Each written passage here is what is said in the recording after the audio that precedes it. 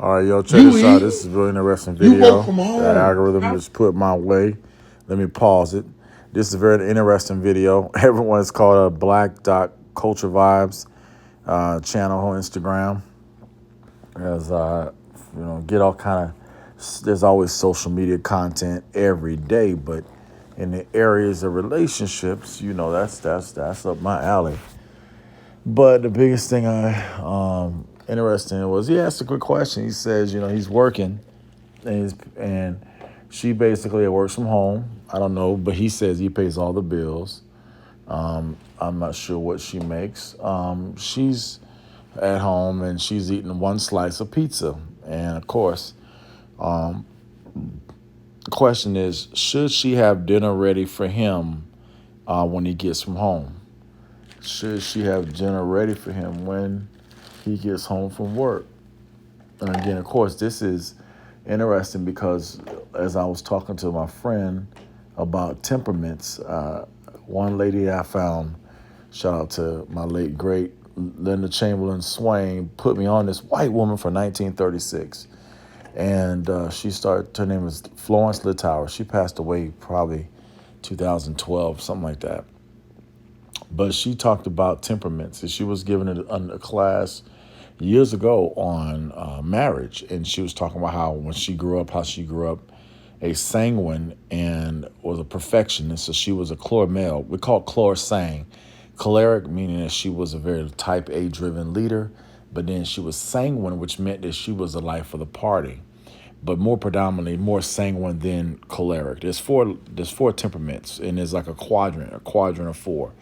And you have, of course, at the top, you have the sanguine to the right of that, top right, choleric, the bottom left, phlegmatic, and the bottom right, what we call melancholy. Melancholy. Don't let the word melancholy make you feel bad. The word melancholy is to use, but it's really that means introvert. That means perfectionist. That means driven, perfect. The word for melancholy would be perfect. Perfect. Everything is got to be perfect. For sanguine, it's going to be the word for sanguine would be like life of the party. The life of the party. For the choleric, it's going to be the leader. Leader, leader, leader. Phlegmatic, they're the person that kind of just, they want peace. Peace, peace, peace.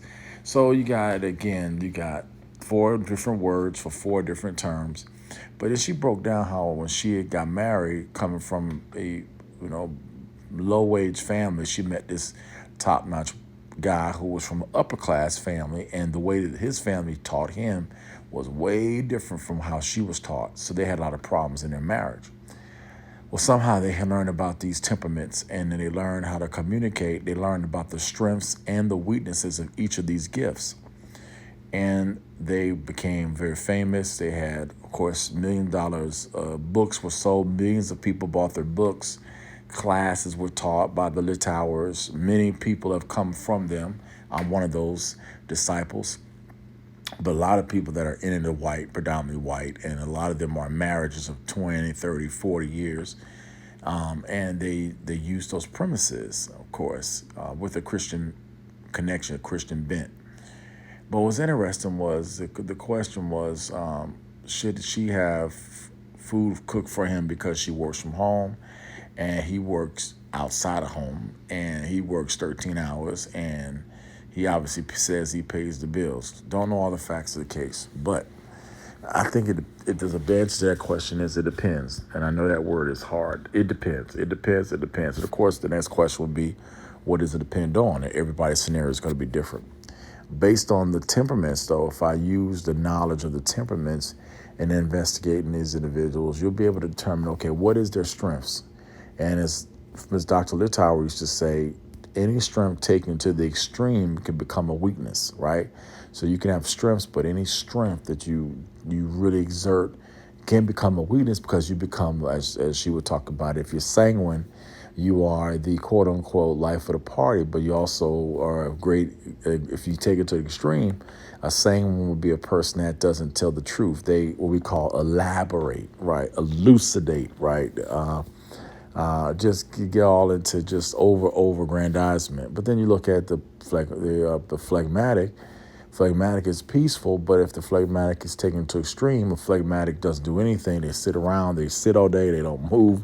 You got to drive them. They get stuff done, but they get it done in their slow time. It's not at a speed that most people, like a choleric, would say is on my speed, or a sanguine would say, man, they always in the house all day. So every one of these have difficulties. Or the choleric, if a choleric is a person, I'm a choleric. I'm a what's called a chlormel. I'm more choleric, and melancholy is my second dominant. And if you're choleric, you're a leader. Everyone looks upon you as leading, but you can also take it to the extreme, become bossy, controlling, dogmatic. No one likes you. I mean, you're the one in the party that makes the party go, but after the party, no one calls you because they don't want to be around you because you ran everything. So everything has a strength and a weakness. Or if you get into a male like me, we're perfectionists. We are musical. Males are very artistic, but they also are very organized, like mentally and physically. We think about everything, and I'm a computer guy, so I'm in that world of males. Everybody is analytical, very methodical, analytical. My mom used to say growing up, you're methodical. They're exactly right. So we not only just have an A and a B and a C, we have an A1, then A1 sub one, A1 sub one, sub one, sub one, and it just keeps getting deeper, deeper, deeper, deeper, deeper.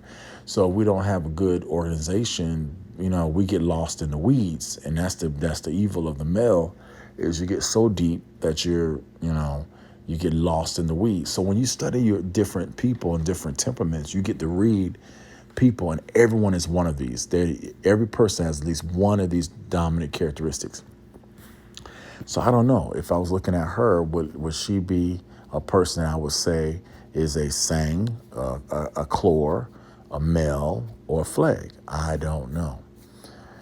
Based on what I see, listen to her talk, the wife sounds like more like a phleg, a phleg.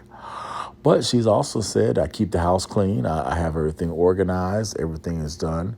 So that's a male. That's a male trait.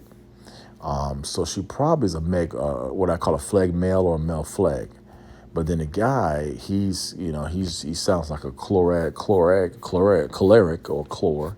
And most guys, unfortunately, most guys aren't chlors. Most guys, unfortunately, due to this black men being raised with our mothers, we were kind of raised to be flex. Why? Why? Because our mamas ran stuff in the house. They were the ones that were giving us the bomb, the business. And there was never a transition from being a son to being a man. What ends up happening is you grow up as a son, and then what ends up happening is you stay son. Even if your mom is 70 years old, you still calling her ma'am, and she never calls you a man. She always calls you a son. So in the black community, we always have that issue with our brothers. They never learn how to be a man to their mama. So if they can't be a man to their mama, they can't be a man to a woman.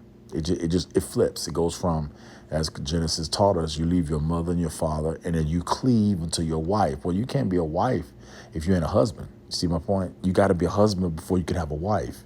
And if you were still a son, you never become a man. Therefore, you can't become a husband, and then you're not going to have a wife. Everything works in order. That's the way God put it.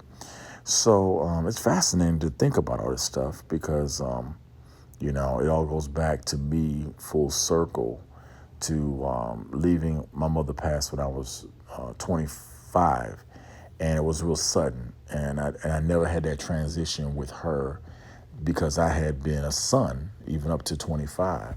And then when she died, I was forced out to be an orphan, if that makes sense.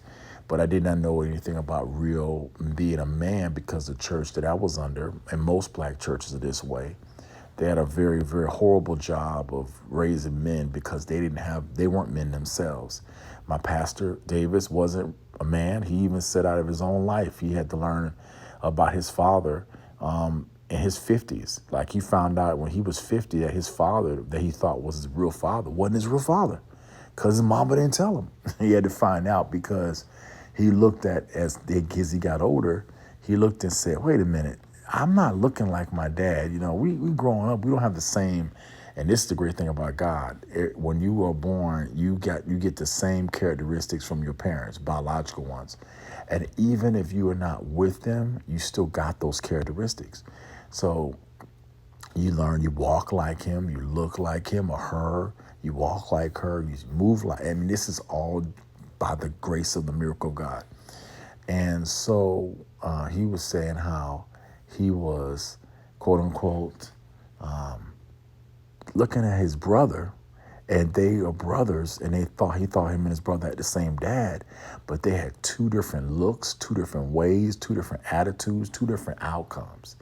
And of course, his mom, Miss Sandra, she had sex with two different guys at the same time, and she didn't know which one was the father of the baby. So of course, she was a good-looking woman. So the guys that she had sex with, one of them was the relationship broke off, and another guy was right there. So you know what happens? The other guy steps in and plays the stepdad. I know that role, and then of course raises both kids, raises that kid like it was his own, and then of course impregnated her again with another kid. So before you know it, you got two children, you got two different, you don't know.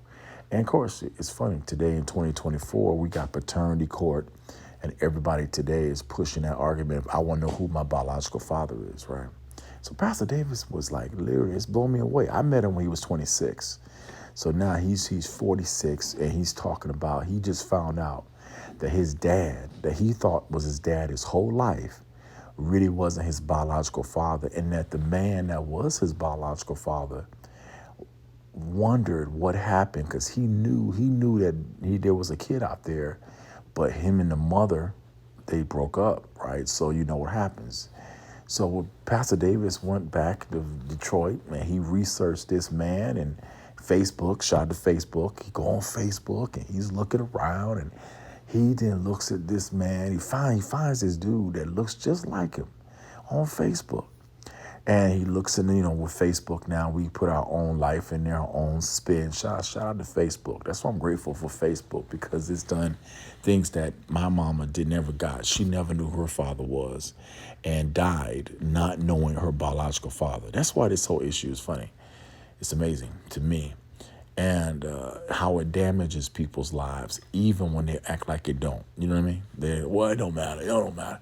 Yeah, right. Anyway, so he goes online. He finds the daughter of this guy who is in Detroit, the same area that he was raised. He's still in that same area.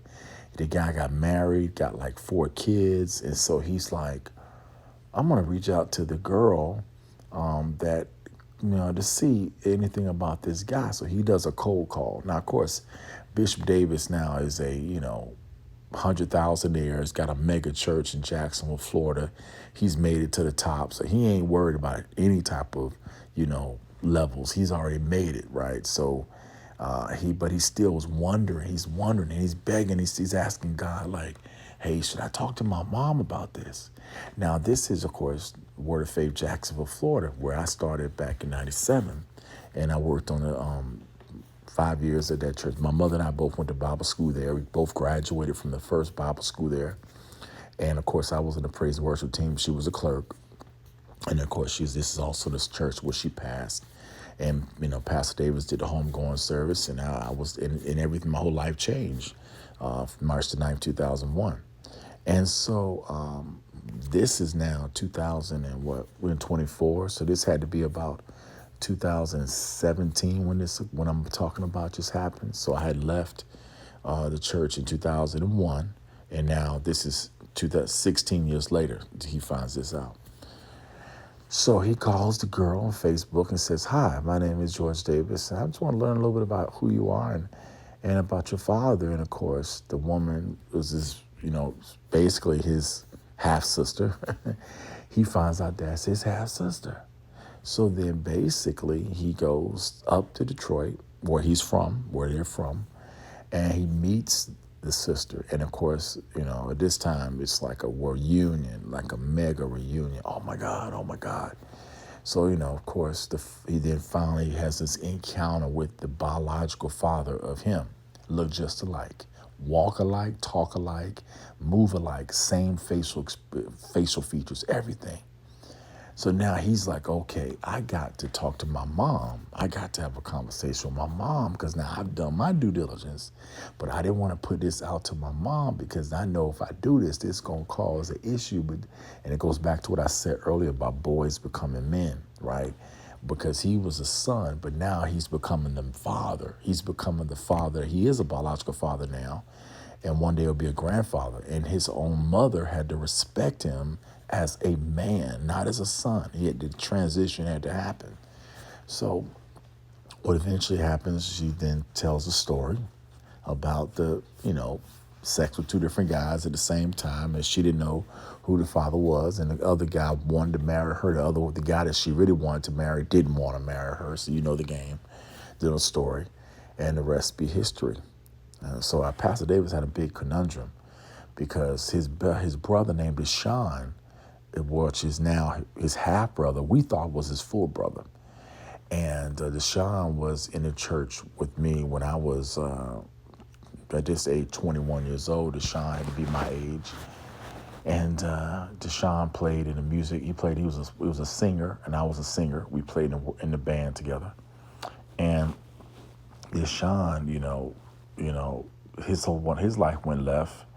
Pastor Davis stayed on the course. He stayed faithful to his wife, Miss Renee. They've been married for 8 years now. They got kids that are around 14 to 18 years old now. It's amazing how time go by. And he gets hit with this blow up thing. So now he meets his biological father. His biological father been married, got 4 kids. And he now has a whole set of half brothers and sisters. And all this was learned when he turned 47 years old. So it's kind of crazy. I'm 49. He should be 5 years older than me. So he's 56. He should be 56. And so it's crazy because you don't think that his whole life he thought one way. So, again, when it comes back to the temperaments aspect, these are the things that may make this guy feel like, okay, she should be doing A, B, C. But then on the other side of the coin, we got to also look at, and this is why as a minister, I have to see both sides of the coin. I got to see both sides. How she was raised and what made her think, well, the house is clean. You heard what she said? She said the house is clean, so why should I cook? The house clean, so why should I cook? But he's saying you should cook because you're at home. See the logic? And that's where the communication of the temperaments come into play, and how upbringing can impact your mindset on different things, and how we, even if we're 7 years old, still got to do the same thing of studying ourselves, know thyself, learn ourselves, understand ourselves.